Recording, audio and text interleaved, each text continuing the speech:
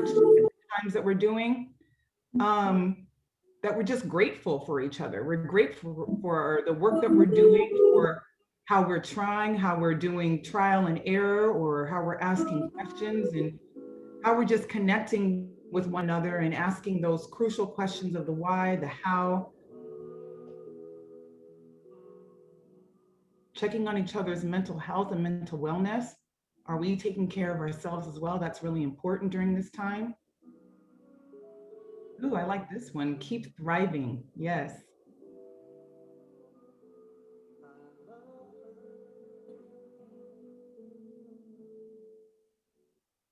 Don't forget to be awesome.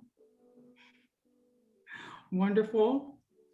Showing words and appreciation with our family, our friends. Right before this training, I had my son run in and he's like, Mom, can I give you a hug? And I was like, no, I'm on camera. He's like, so he gave me a little air hug and he's like, I love you. You're going to do a great job. So those are some encouraging things that, help me going throughout these hard days.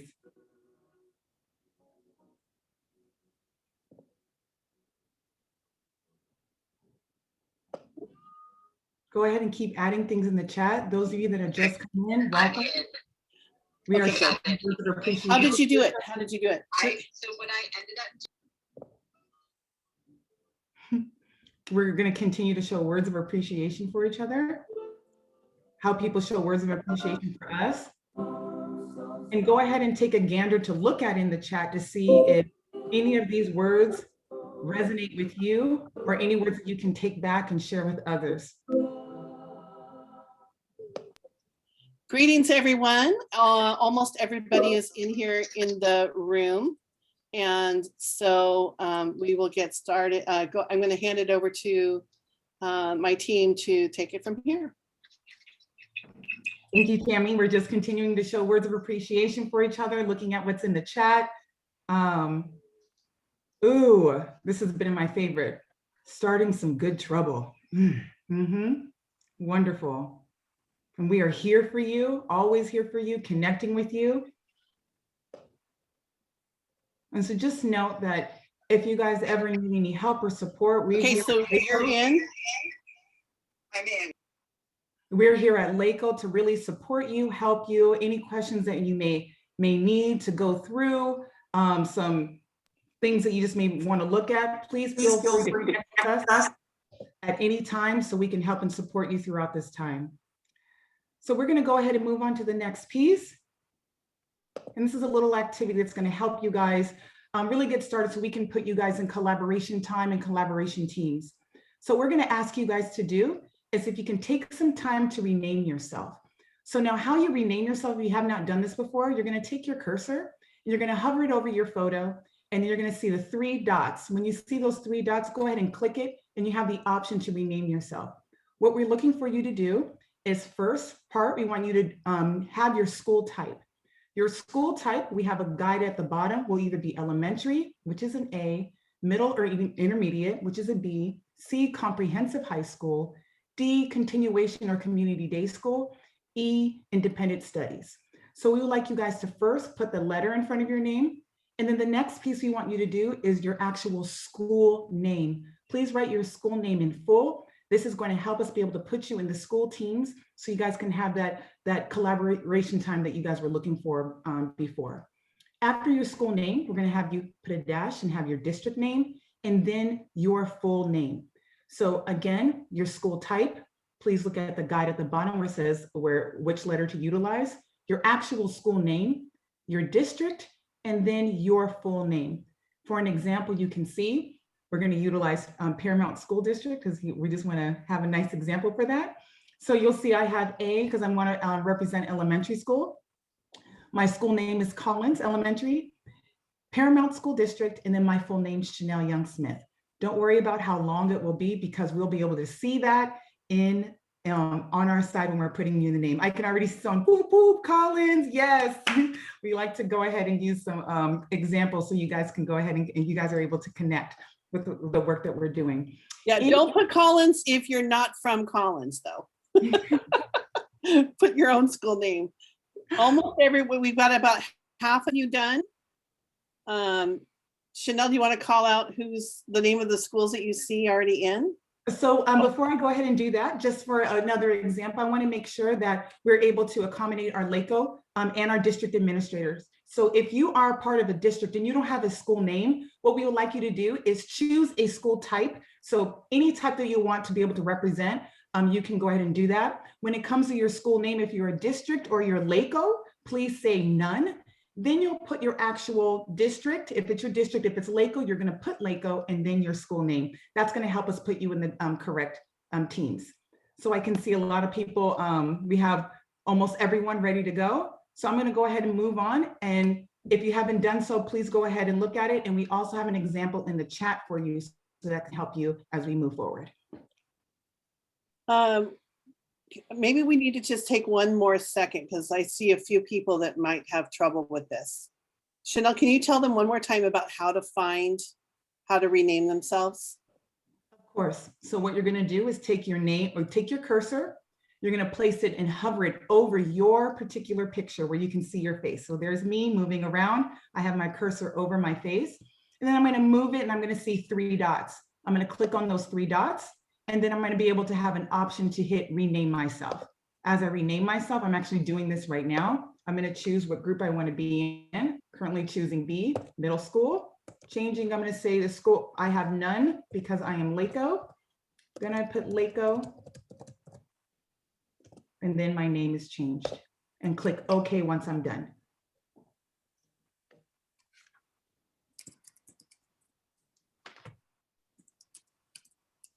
Again, we have the example in the chat. So you have time to continue to doing this as well. Suni, if you can also put the example one more time in the chat, thank you very much. So we're going to move on to the next slides. But if you haven't done so, please feel free to continue to do so while we start putting you guys into teams for our breakout sessions.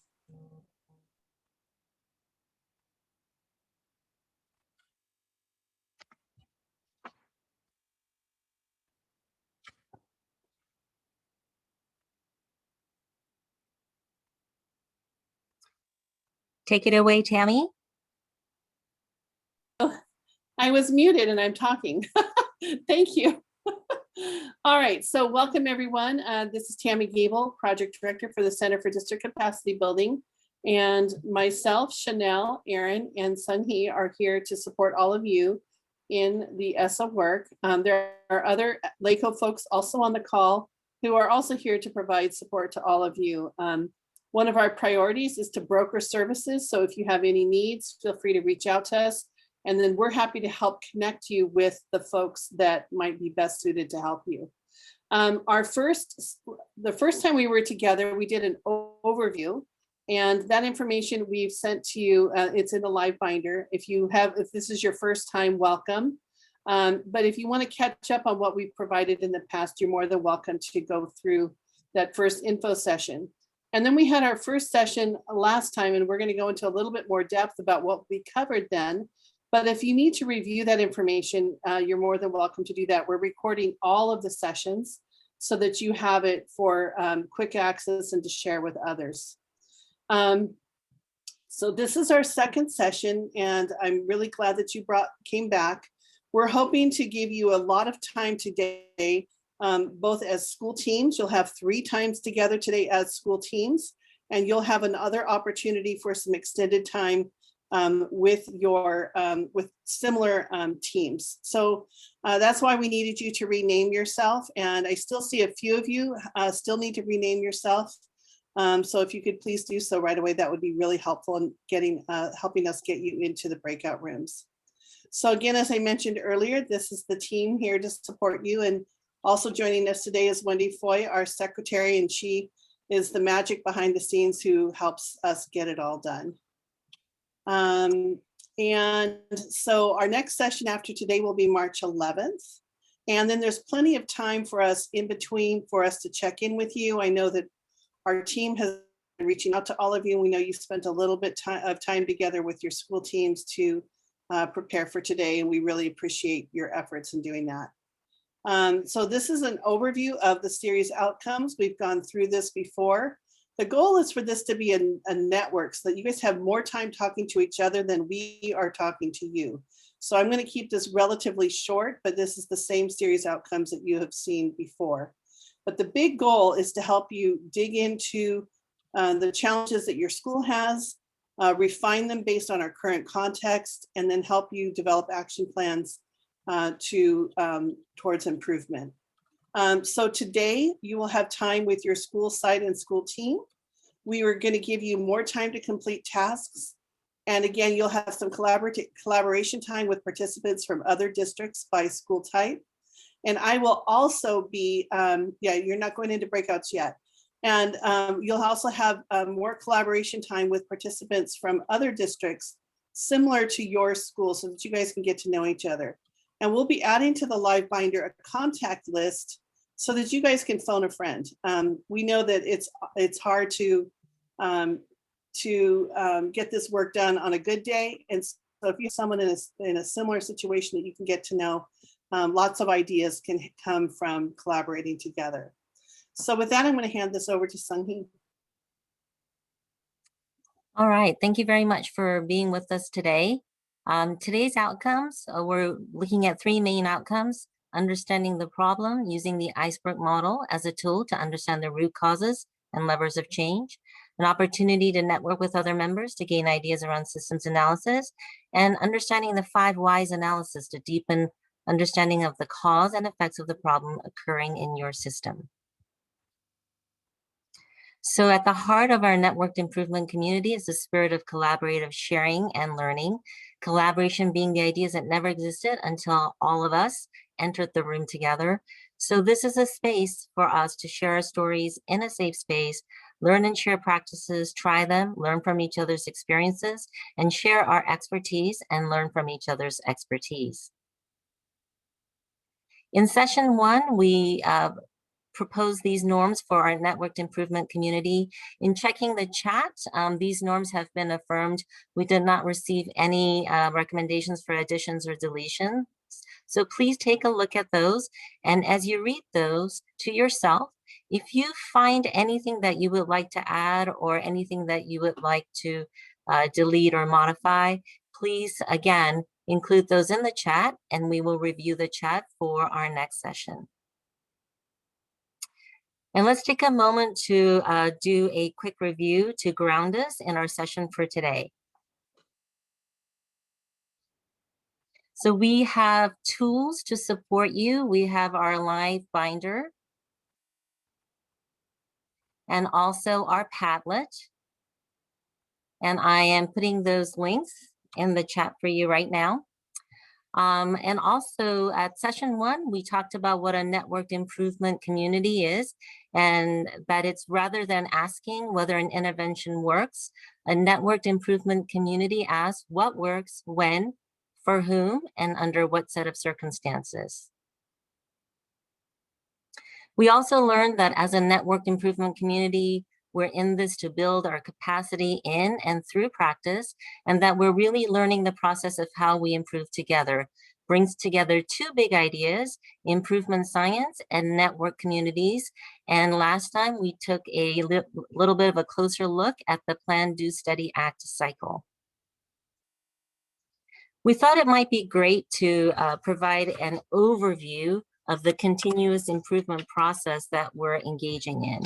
So data inquiry really helps us identify the problem of practice, which is simply something you care deeply about. And if it improved, it would positively impact your school community.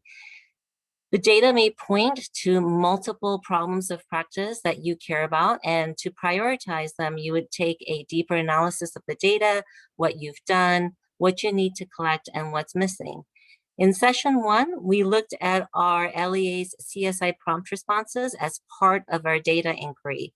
Knowing that the data is based on 2018 and 2019 dashboards, we emphasize the importance of looking at data from last year and now to begin to identify the problem of practice that we want to focus on. And the root cause analysis is really taking a deeper look at understanding what is the root cause of the problem of practice.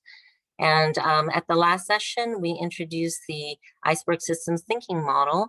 And in the current session, we're going to dig deeper into another tool for root cause analysis. Now, getting at the root cause will help us to develop a theory of action, which is simply a connected set of propositions or reasoning that explain how change will lead to improvement in your identified problem of practice. So you may identify more than one root cause, and so a theory of action might sound like, based on this root cause, if we do this, then it will lead to an improvement in our problem of practice. And it is okay to have multiple root causes. Then we move into the action plan, which really gets to the nitty-gritty details of what, when, who, within the context of other initiatives that may be implemented within your school community or your district community. And then we use the plan, do, study, act cycle on the steps that we want to take, and which leads us right back to that data inquiry. So we just wanted to also emphasize that though you see like a unidirectional circle right there, as you move through this continuous improvement process, you may find that you need to refine your problem of practice or throw it out and it's really something else, and that's okay. So today we're going to continue our focus on how we might determine root causes, and we're going to go to that next slide. Again, I mentioned that the systems thinking iceberg model was something that we introduced. And so we're going to continue looking at root causes, and I'm going to turn it over to Aaron. Okay, thank you, Sung-Hee. So what I wanted to do is, since last session, we sort of introduced the systems thinking iceberg, and I know we kind of went through it fairly quickly. I just want to kind of gauge our understanding of the iceberg based on the information we presented at the last session. So we have a little poll for you. So just take a moment to take the poll. So Tammy. I didn't put the poll in. Ah, okay. That's okay. We'll just kind of, I was planning on briefly going back over iceberg really quickly. So just to kind of recap for everybody. So next slide, please. Okay, so the systems iceberg is probably the most useful tool that we can use to think about systems. And the whole point of this is that, our attention naturally focuses on certain things, what's above the water line there, that 10% of an iceberg that sort of floats above the water. But deep down, we know that there is a lot of the iceberg that's more or less invisible to us. So by asking you to connect an event, single incident, problem, occurrence, or data set output to patterns of behavior, systems artifacts, and mental models, the iceberg allows you to sort of see the structures that are underlying the event. Okay, so we can go ahead and start with events. Okay, so it's very typical for us to react to these sort of events by trying immediately to come up with a solution. However, oftentimes these solutions are quick fixes or band-aids that never really produce the lasting change that we want in our school. So the events really consist of the observable data of the event. It can also be viewed as a symptom or a problem. So that's kind of how we see events here in this iceberg. And then the part that we don't often see right away, but it's still there right below the surface, the second level of the iceberg, are the underlying patterns. And this is really how the event plays out over a period of time. So what are the sort of patterns that sort of lead up to this particular event? And then there's the underlying structures. And this is really sort of the source, the underlying causality behind those patterns. This is where the real change can start to happen, and is the most important area of the iceberg to really examine and look at closely. The beauty of systems thinking is really that you can see how the structures sort of create and shape the behaviors, and then how the behaviors over time are what lead to the different events that occur. So now mental models, part of the underlying structures, the mental models, generally speaking, are the lenses through which we're capable of seeing the world. So sort of our mindset, the way in which we perceive the world. So also with that is the way that we grow up, or the culture we're in, so on and so far. Our biases are all there. Our cognitive dissonances lie there. Just basically all the stuff that really makes us human. So simply put, mental models are our habits of thinking and feeling, which can sometimes become problematic if we're not aware of it. We can have those blind spots. So they can. So it's important to really spend some time to reflect on those mental models. On the other side is the system artifacts, and the artifacts are simply the physical manifestations of the mental models. So it's basically the way that we organize. It's our infrastructure. It's all the different ways in which you can see the world, the tangible ways in which you can kind of see a reflection of what the mental models are. So it's important to note that both mental models and system artifacts have sort of a symbiotic relationship. They influence one another. So mental models inform the way we organize the world, and artifacts can inform the way in which we think about things. So what I want to do is just kind of let you guys know that when we're talking about transforming our systems to produce better results, really what we're talking about is reflecting deeply on the mental models and the system artifacts that lie deep underneath that iceberg that we don't often see or think about. Now, Tammy, did you do the next poll? I'm putting it in right now, Okay. but I can't, I'm having trouble juggling too many things here. Give me 1 second, one second I can launch the poll. Kind of feel like the Wizard of Oz behind the curtain right now. Yeah, well, my curtain's a bit messed up at the moment. That's okay.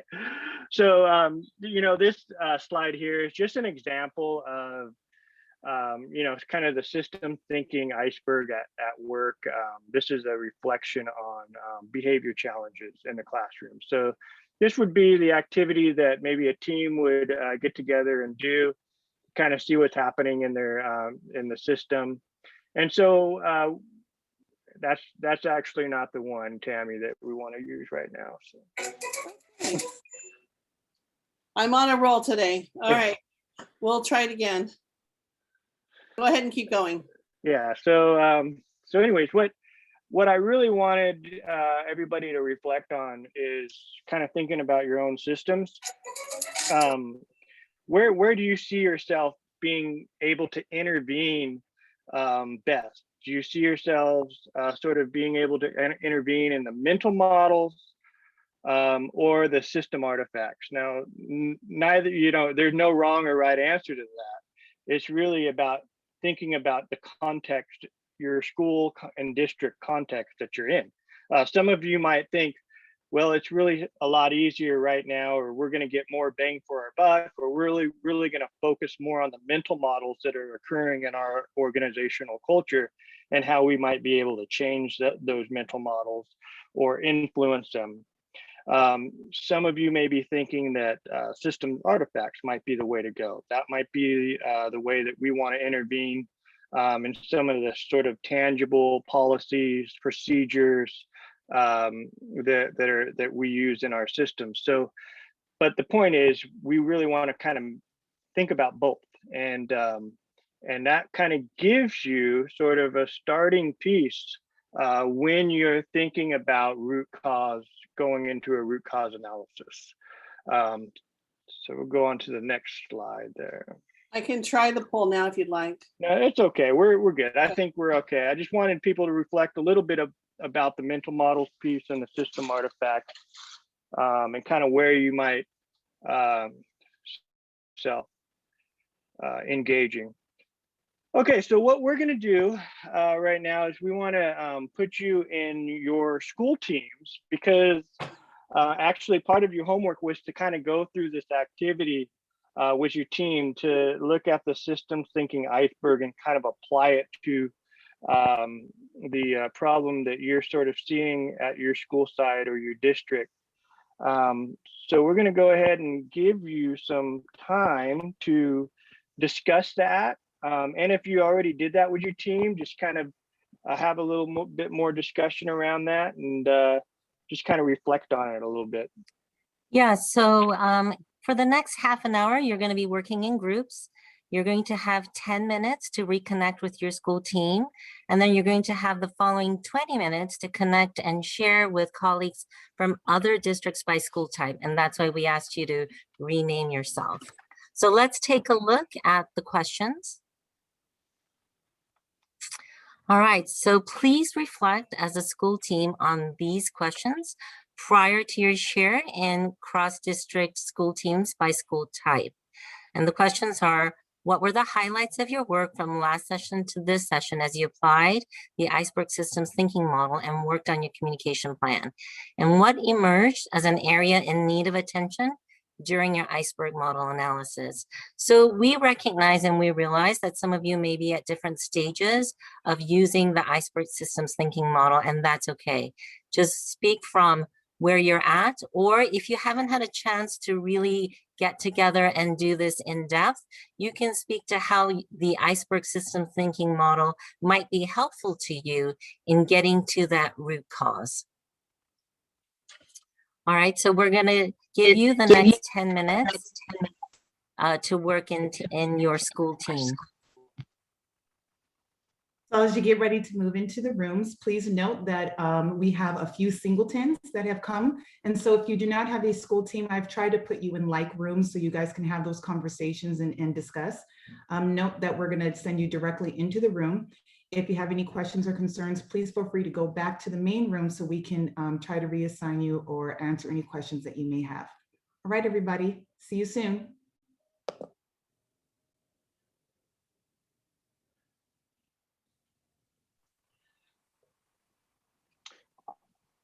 I have a question. Yes. Is there any, can I get like some assistance on how to like make this more like narrow the focus here for my Yes. school? Can you put your email, your contact information in the chat so we can grab it so we can connect with you? Absolutely. My email?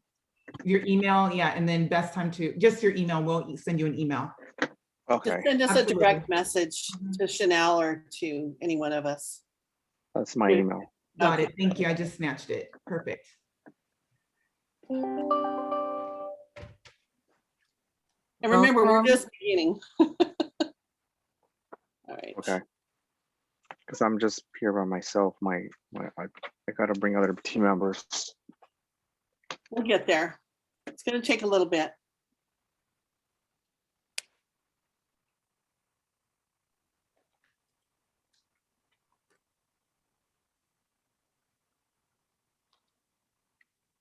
Looks like we have everybody back. Welcome back. And thank you for your patience as we assigned everyone to the correct rooms. We will get better, we promise. If you have abbreviations for your school site, if you can change that to this actual full school name, that would be very helpful as we're assigning rooms for the next time, because we'll be back in school teams again. Our next room assignment will be school type, which is just the letter. So that would be a little bit easier in smaller groups. But for school teams, when we get back, if you can put your full name of your school site, it will be very helpful so we can make sure that you guys are in the correct rooms. And note, if you have large school sites, that we may split your school site into two different groups. So one school may be in room 1 and another will be in room 15. Okay, Tammy, if you can go back to our slide presentation.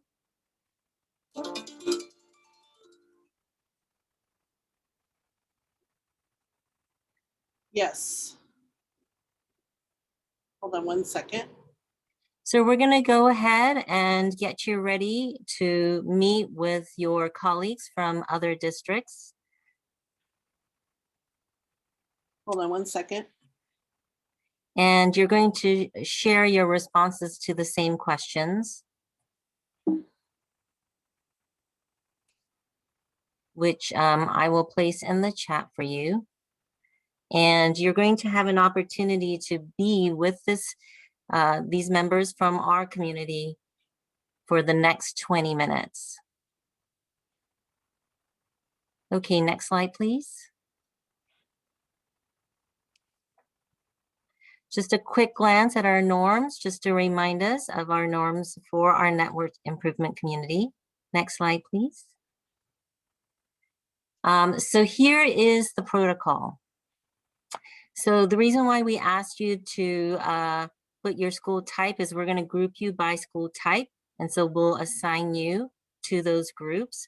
Please begin with introductions and state your name, your role, your school and or district or LEA. And we definitely would highly recommend someone volunteering to be a facilitator so that we can keep things going, ensuring equity of voice. And then please identify someone who's willing to report and record. And this person will be, we've provided a Google Doc. You just find your breakout room, put your school type, and then you'll be able to take notes on that document. This person would need to be willing to share up to 2 highlights with the larger group. And then identify a timekeeper. We'll give you a halftime mark as well as a 2-minute mark warning before we bring you back to the large room, but it would be helpful to have an in-group timekeeper to keep you on target. So I'm going to go ahead and place the cross-district protocols in the chat as well so that you can see the protocol and you can grab that link so that you can go to the Google Doc for note-taking by breakout room number. All right, so we are now ready to send you off into your groups. Let's wait for 2 more minutes. Sounds great. Please feel free to grab that Google document. Take a look at the questions again, same questions that you went over with your school teams.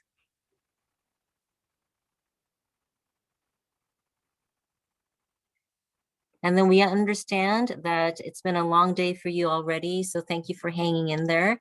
If you need to take a quick break, please, we're all adults here, please feel free to do that.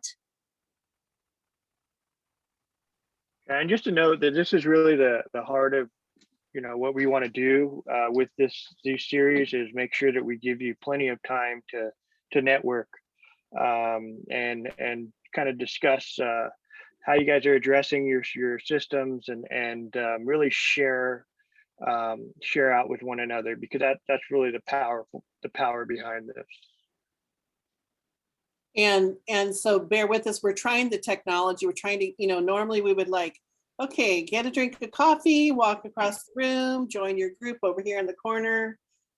So it's a little bit more difficult when we're manually moving you to the rooms. So thank you for bearing with us. So excellent. Thank you for your patience. So we're going to get ready to move you guys to your rooms. Note that some of the rooms, you guys will be with some of your school teams, so you'll see the same faces again, but we tried to mix it as much as possible, but you will be with your school type. So we're doing it with school type, so you'll see new faces and have new conversations. So enjoy, and we'll see you soon. That we talked about, well, we're looking at suspensions and attendance. We spent a lot of time talking about the like what are the factors that are leading up to our students being suspended, and then we talked about the programs that we already have in place to reduce suspension, such as CHAMPS, Second Step, and Capturing Kids' Hearts, and how we can follow through with those to make our students and ourselves more successful. Thank you for sharing. And now we're going to move on to middle school and intermediate school. I'll go ahead and share out from the Dream Team. We talked about the lack of student participation and submitting assignments because of, the virtual learning, which is difficult for some of our students. Being at home is pretty tough. So we discussed that. We also talked about the low attendance rate for the district that we discussed, and also substance abuse. And, we noticed that the lack of parent support at home is contributing to a lot of the factors. And that was a concern because, the students need a lot of guidance and support, not only from parents at home, but also from the staff. And unfortunately, we can't be at home with them to give them that guidance and support. They're so used to being at school. So that's, a factor that's contributing to them not really performing at a high level. And then we talked about, maybe some positive things, maybe, pushing the positive behavior and support and intervention plan that we have at school, try to reinforce that and have more success assemblies to kind of guide our kids to get them off that funk. Thank you very much. I'm assuming that as the audience hears the share, that it might resonate with many of you. So comprehensive high school? Yeah, I could go ahead and speak to that. So we have a lot of intensive interventions for a very narrow group of students, and we're looking to widen that. Our indicators, we have overwhelming data that our freshmen in general have a lot of issues with attendance, grades, behavior across the board. So we're looking at kind of like a wide program, something maybe like Link Crew, where we could really address those needs for the students. The other thing that we spoke about, and I'm sure that my colleagues here at other schools, they're lucky enough to have intervention periods perhaps that are cooked into the daily schedule, perhaps blocks, and feel that what we call interventions right now could actually be something that gives the school identity, something that we could build a schedule around, and in students in service to each other, in service to the community, those sorts of things, besides just going to English and math and history and science. And so we spoke about that. And then I think the other highlight was we spoke about how difficult it can be in our area to have parents participate in our programs. And the research I've done has showed that typically with low socioeconomic, that outreach can be more effective than an in-school event and program. And we are sorely lacking in that outreach from elementary all the way up here till the high school. So I think that is going to be a major focus, because all those indicators that are below the iceberg under there, I think outreach could address a lot of that. Thank you so much for sharing your discussion, your thoughts and ideas as a group. Now we're moving into our continuation and community day schools. I can speak to on behalf of the continuation and community day schools. I think our kind of key theme that came out of it was to steal from my favorite TV show actor right now, Johnny Lawrence on Cobra Kai. We had to kind of flip the script.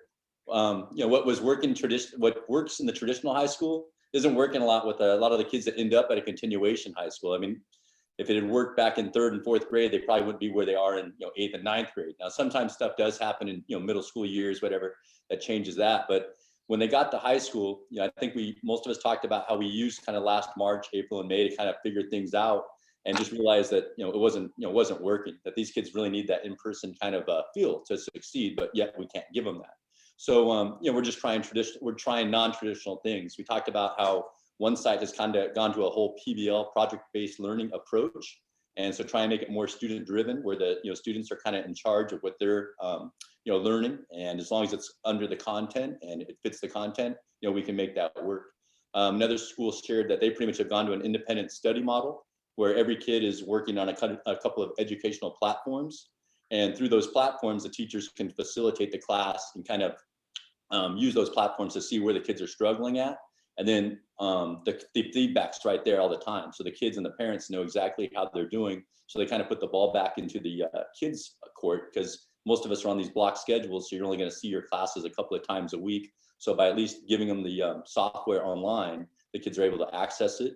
And then just the need for extra tutoring. So whether it became from, the sites having to spend their own resources or it's district funded, just having the tutors working with kids that work from 4 to 6 or 7, because we all shared out that a lot of our students, their lives changed. They're helping with siblings. They're helping out with their parents that might have gotten COVID or been sick during this time. Some of them, a lot of them are working with jobs and working a lot more hours than they did in the past, just to help their family with ends meet. So just trying to think differently and do different things that had weren't done in the past for these students.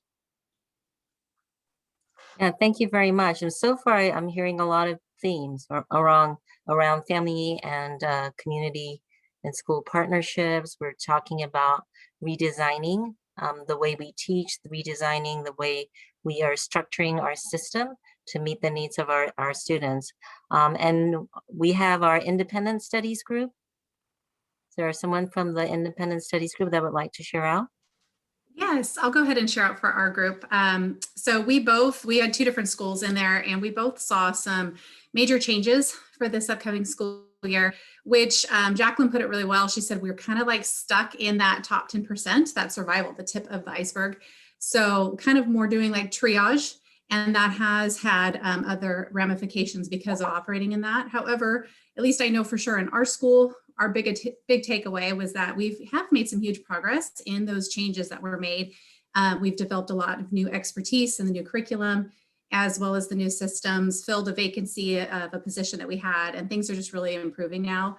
For the other school, she had mentioned, Val, that they really are had a shift in helping focus more on their parents now, working on the retraining with their curriculum. And just celebrating the small victories, even if they can get a hold of just a handful of parents, working with those and trying to just keep on reaching the others that they haven't been able to get in contact with. Thank you very much. And I'm glad you brought up that point. And just to kind of remind everybody, right, we tend to focus on what we're not doing well. And let's not forget that there's a lot of things that you're doing well. So look at the successes. What are the factors, right, that are leading to those successes, and how can you augment it or leverage it or bring it over into other areas? So don't forget to celebrate as well as analyze what you could do better. So at this point, we're gonna move into our 5 whys tool that we'd like to bring to you to dig even more into what might be underlying that problem of practice. Yeah, thanks, Seung-Hee. Yeah, a lot of great discussion being had around this, and as Seung-Hee mentioned, it's important, don't beat yourselves up over some of this stuff, because I think every school site, every district, LEA has strength that you can build off of. And even when you talk about mental models, there are strong mental models that exist in our systems as well that allow us to do the work. So don't beat yourselves up too much. So we're going to go into this next tool, and that's the 5 whys tool. So this is really kind of a natural sort of progression from the work that you did with the systems iceberg, and you guys identified a lot of different sort of ideas, things that are occurring in your system that are causing maybe some of the issues and challenges that you're seeing. So there are different reasons to use the 5 whys. Today, we're going to focus mainly on the whole idea of using the 5 whys to identify the cause and not just the symptoms. So really kind of dig a little bit deeper. So taking those mental models and system artifacts and now digging a little deeper and in order to give us sort of to land on a root cause sort of summary of where we want to go. So you can go to the next slide there. So the purpose of the 5 whys root cause analysis is really a technique that can be used to analyze any problem by repeatedly asking the question why. Those of you who have kids probably can identify with this, why is the sky blue? Well, blah, blah, blah. Well, why is that? So you keep going and going and going, but eventually, so this is kind of the idea here. This is an iterative process, and it also helps to devise some collaborative solutions with the team. And that's the power of this particular tool, is getting a variety of perspectives to look at this problem and kind of land at a root cause together. And this also seems, there are several root cause analysis tools out there. This kind of seems to be the most direct approach, and that's why we're starting with this one today.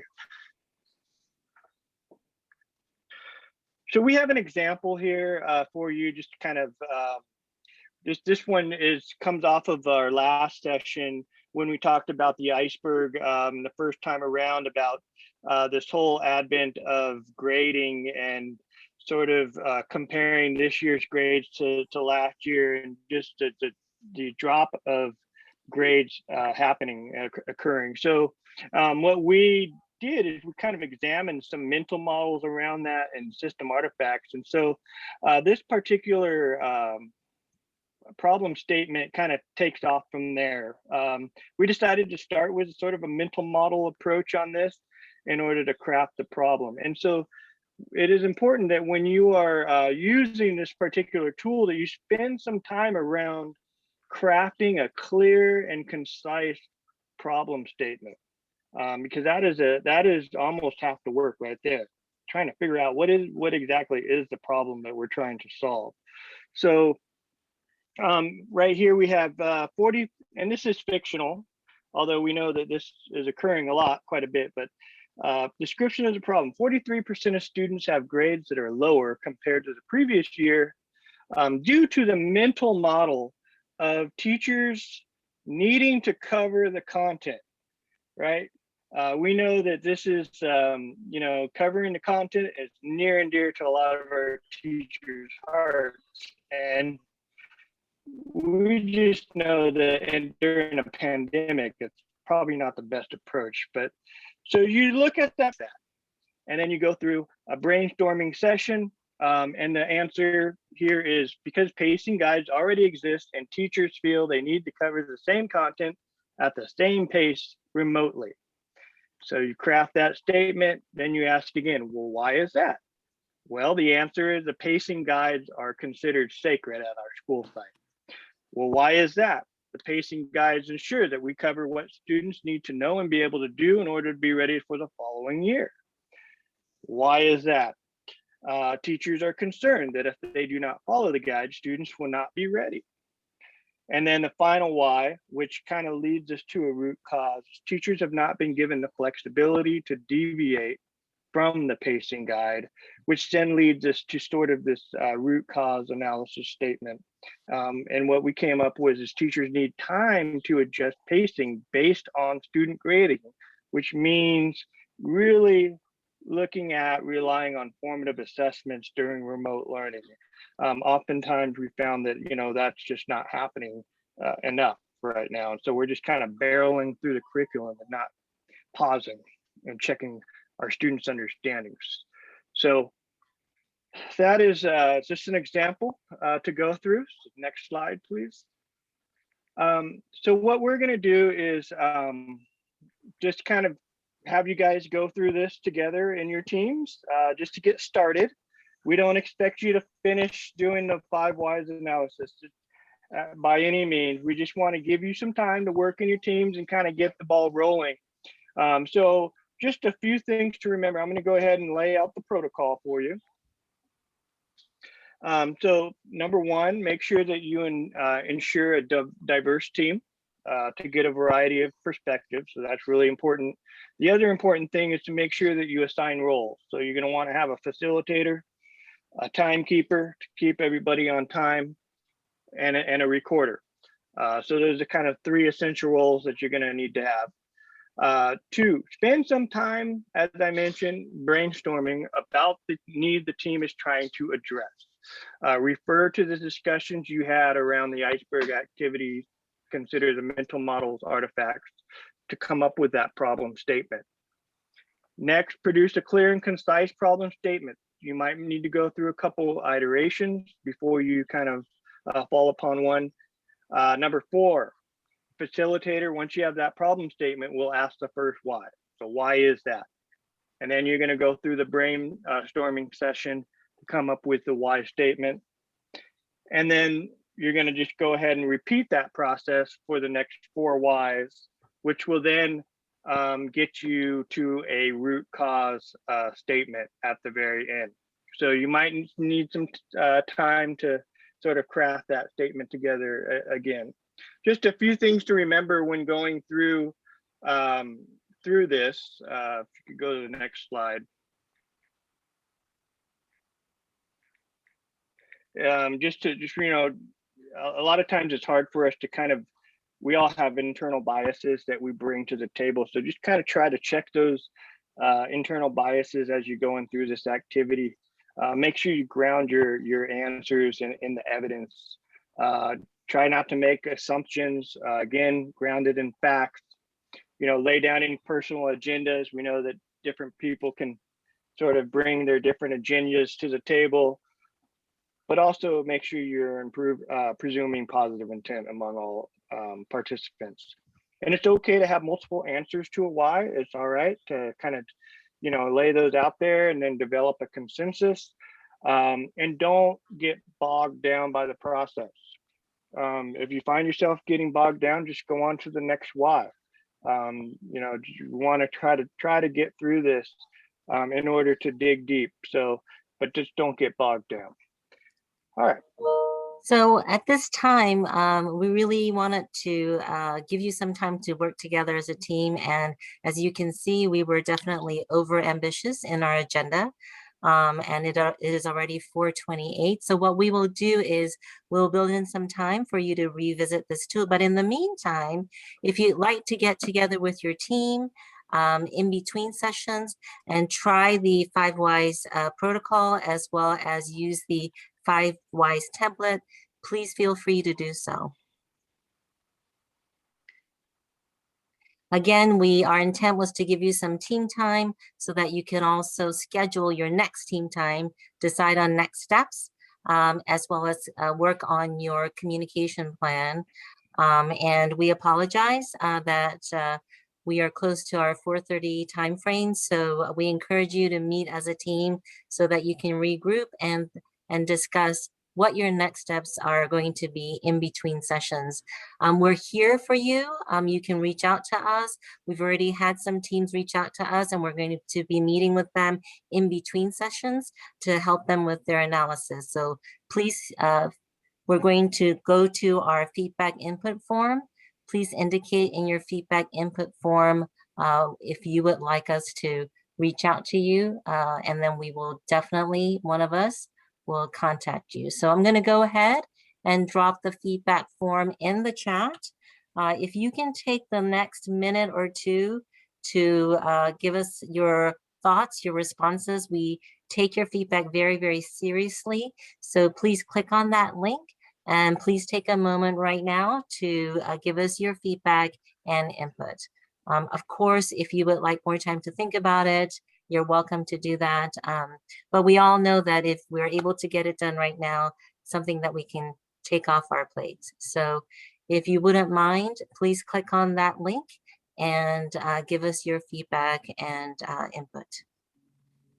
Thank you, Sungi. And as you guys are doing your feedback form, please note that all the information that was just discussed with you is on your individualized Padlet. So you'll have your team time questions, the 5 whys, all those resources are there, and we encourage you to ensure that you guys are connecting together even beyond what we're doing here to have that communication and those pieces so you guys can upload and input all your information on one area so you guys can constantly find it, and then come back when we have our meetings so you guys can engage in those conversations. So know that our feedback form is on your Padlet for those of you that need to leave. Feedback form is on the Padlet, our 5 whys, our communication plan, all that information you guys can write directly onto the Padlet, all the information that you need. We actually encourage you to do so because that will not only help us help you when we connect back with you in between sessions, we know where you are and what supports that you may need. So please feel free to access your individualized Padlets as well.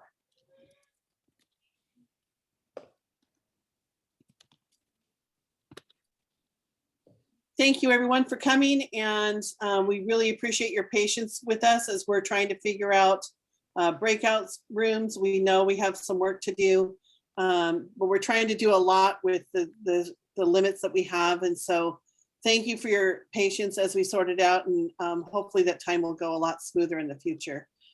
We hope that you just hang in there with all that you're dealing with and have a good evening.